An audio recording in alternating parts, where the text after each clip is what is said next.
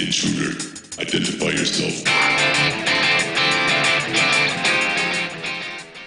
Hey, this is just going to be a quick guide to how I use Barb Archer minions, BAM. This is basically my log when I started doing the recordings.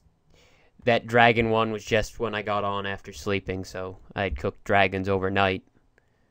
But I'm just going to show you some replays and talk you through how I go through it. As you can see, I don't get crazy loots, but I'm going to start with this crazy loot that I got. You saw those like 120, 150,000s in my log there, but I found this guy, and that's when I decided to start recording for this. That Inferno Tower is still loaded, and that's going to be a really tough thing. You don't want to use Barb Archer minions and have to spend a while underneath a multi-target Inferno because it just cuts everything down. But since it was right there and I just had to take those two buildings, I took that out and then just went on my way. Your biggest obstacles are going to be multi-target Infernos, wizard towers, high-level wizard towers, level 6+ wizard towers, and level 6+ mortars because they one-shot your archers if you have level 6 archers.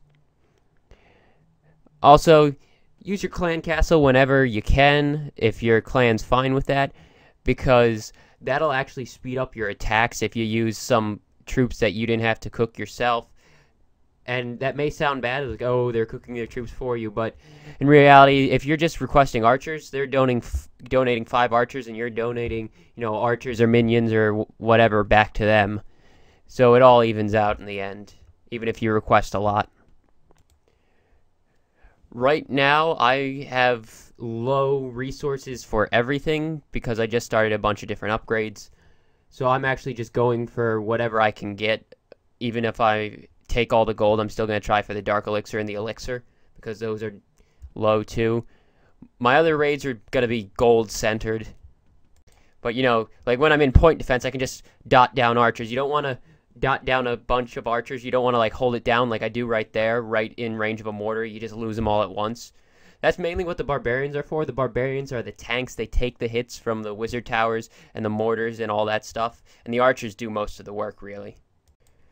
You can always make a few wall breakers to go with it, so you don't have barbarians underneath splash damage. You don't want to pile a bunch of barbarians all in the same spot and put them under the wizard towers and the mortars. You're just going to lose a ton of barbarians just like you'd lose archers. It just takes 2 or 3 hits instead of 1. So wall breakers can help, but they take a while to build. It's going to add a minute or two, anywhere up to 5 minutes to your build time. And this is all about saving your troops as much as you can and just being able to attack as much as you can per hour. But one thing you can do is if you know you're going to have to be offline for a while, what you can do is, say a guy has 40,000 left, but it would take you the rest of your army to get that 40,000, but you're not going to be able to attack when your army be ready without using the 40. Like, say you have 220 troop space, you used 180 troops, the time to cook 180 troops, you wouldn't be ready to start attacking again. Go ahead and use your full army to take that 40,000 or whatever, even though it probably wouldn't be worth it. So, because you're not going to be able to use that time saved anyways, may as well get something out of it. Right here, you can see that I choose to go away from the wizard towers to try and make my hole in this wall right here. I'm mainly just going for 2 storages for this raid, just these top 2, not the bottom one, because I'm still going to get 200,000 from that, and I can probably save some troops. I did drop down the rage because I had a full spell factory. I probably didn't even really need it. Also, when you deploy minions, you'll want to deploy 1 or 2 at a time to check for the air bombs so you don't use them all. And same with your troops when you first initially start the attack. Deploy like 1 barbarian here, then 3 spaces over, deploy another, so you don't run into a bunch of giant bombs. Because that'll completely ruin your BAM army if you run them all across a giant bomb that you could have easily checked for. And when you're going into a base, look for spaces where giant bombs could be and try to enter in a way that wouldn't get your troops totally destroyed by the giant bomb once they get through the wall. Now, in a second, you're going to see one way I know how to get rid of mortars. What I do is first I take out that archer tower because it's going to be attacking my minions. And then, after that, I can use, 2 or 3 minions to take out the mortars. And once the mortars are out, my archers and all that will be safe.